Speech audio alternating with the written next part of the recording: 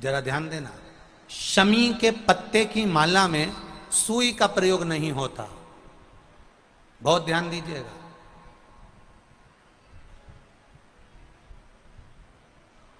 तुलसी की माला में सुई का प्रयोग नहीं होता, बेलपत्री की माला में सुई का प्रयोग नहीं होता, शमी की माला में सुई का प्रयोग नहीं होता, आंवले के वृक्ष की पत्ती की माला में सुई का प्रयोग नहीं होता, पीपल के पत्ते की माला में सुई का प्रयोग नहीं होता, बड़ के पत्ते की माला में सुई का प्रयोग नहीं होता।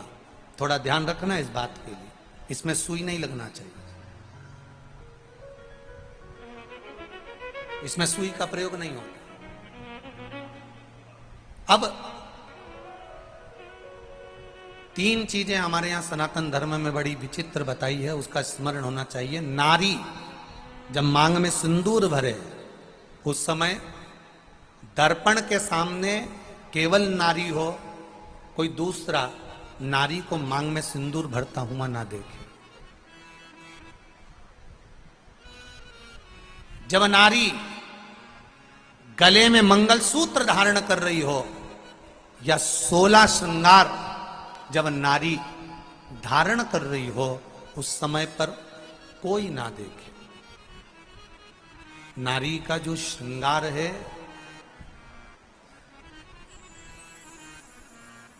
एक विवाह के समय पर और एक मृत्यु के समय पर।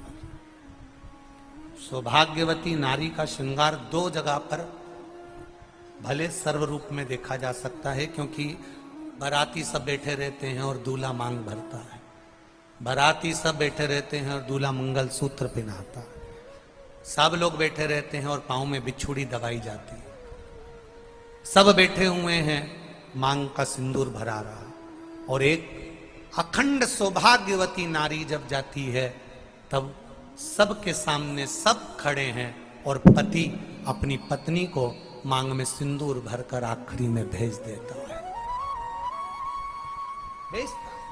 ये 2, पर इसके बीच में जो स्त्री का जीवन है, इसके बीच में जो नारी का जीवन है, एक बहू, मैं निवेदन करना चाहूंगा आज की बेटियों को, भले तुम पढ़ लो, लिख लो, डॉक्टर बन जाओ, इंजीनियर बन जाओ, कलेक्टर बन जाओ, एसपी बन जाओ, तुम्हारी मर्जी पड़े, तुम मिनिस्टर बन जाओ, मना नहीं, पर हमारे सनातन धर्म की संस्कृति से दूर मत हटना। मुख में हिंदी, माथे पर बिंदी, ये मेरे भारत की सनातन धर्म की निशानी आपके भीतर होना चाहिए। एक विवाह, एक मृत्यु और उसके बीच का जो समय होता है, उसमें नारी जब भी अपने मांग में सिंदूर भरती है, अपना 16 श्रृंगार करती है, तब नारी को अकेले में अपने कमरे में, अपने भवन में श्रृंगार करना चाहिए। यहां तक शास्त्र कहता है कि छत पर खड़े होकर भी बाल नहीं बांधना चाहिए। एक बाल बाए थे खड़े होकर छत पर, और तोते का बच्चा उड़ते हुए आया था और बकासी आने पर मुख में प्रवेश कर कर गर्भ में बैठ गया था। वो कथा भी हमारे यहां है। कंस का जन्म कैसे हुआ, ये आप सब श्रीमद् भागवत की कथाओं में सुन चुके हो कि नारी रजो धर्म में थी और रजो धर्म की वो नारी 3 दिन बाद केश धोकर बाहर गई और द्रुमलिक नाम का एक असुर ने देख लिया और वो उसके साथ में रहने लगा और उसके माध्यम से उसका गर्भ ठहर गया। यहां तक हमारे संवाद करते हैं, उसमें थोड़ा सा स्त्री को समझना है, थोड़ा सा नारी को समझना। आप करो श्रृंगार, आप करो श्रृंगार, आपका श्रृंगार करने को मना नहीं है। सास, ससुर, देवर, जेठ, परिवार, घर के बड़े, घर के बुजुर्ग खड़े हैं, उस समय पर श्रृंगार नहीं। आप जाओ अपने कक्ष में, श्रृंगार करके आइए, मना नहीं। शनिवार की अगर प्रदोष पड़ती है तो शिव शमी के वृक्ष के नीचे रहते हैं।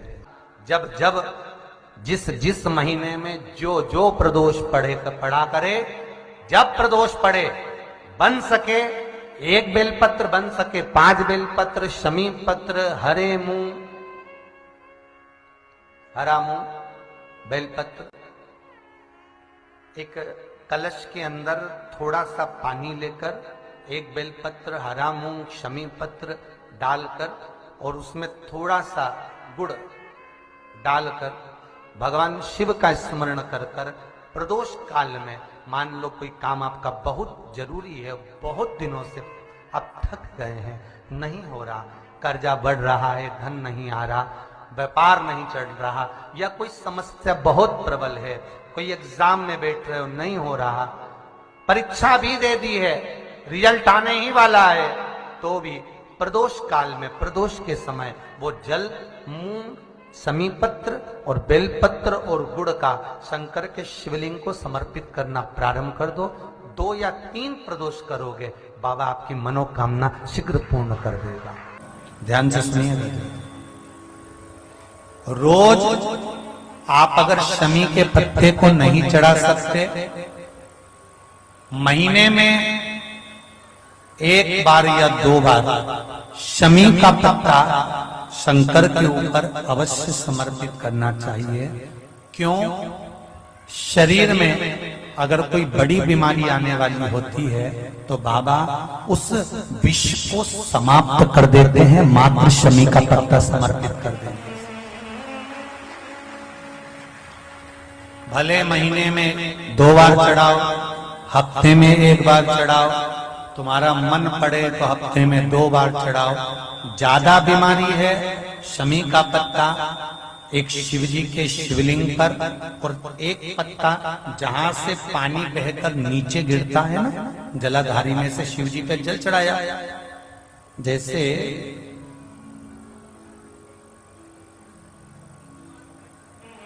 ये शिवलिंग, इस पर जल चढ़ाया तो ये पानी बहकर नीचे आता है, तो जहां गिरता है एक पत्ता शिवलिंग के ऊपर और एक पत्ता जहां से जल नीचे गिरता है वहां। अगर ज्यादा बीमारी है और ऐसा लग रहा है कि डॉक्टर कह रहे हैं कि तबीयत ज्यादा खराब हो सकती है, जांचे जाएगी, ये होगा वो होगा, तो एक पत्ता शमी का ऊपर, एक पत्ता जलधारी जो बहकर नीचे आती है पर चढ़ाना। शमी का पत्र रोग मुक्ति के लिए जब चढ़ाया जाता है तो भगवान शंकर का अवधूतेश्वर महादेव का नाम लेकर चढ़ाया जाता है। कौन सा महादेव? जम के बोलो जरा, अवधूतेश्वर महादेव का नाम लेकर चढ़ाया जाता है।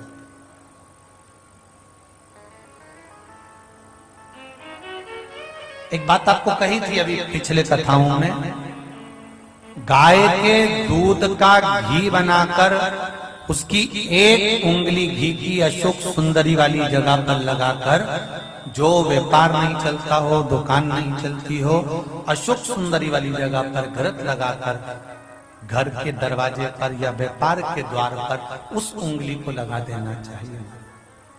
घृत पर होना गाय के घी का।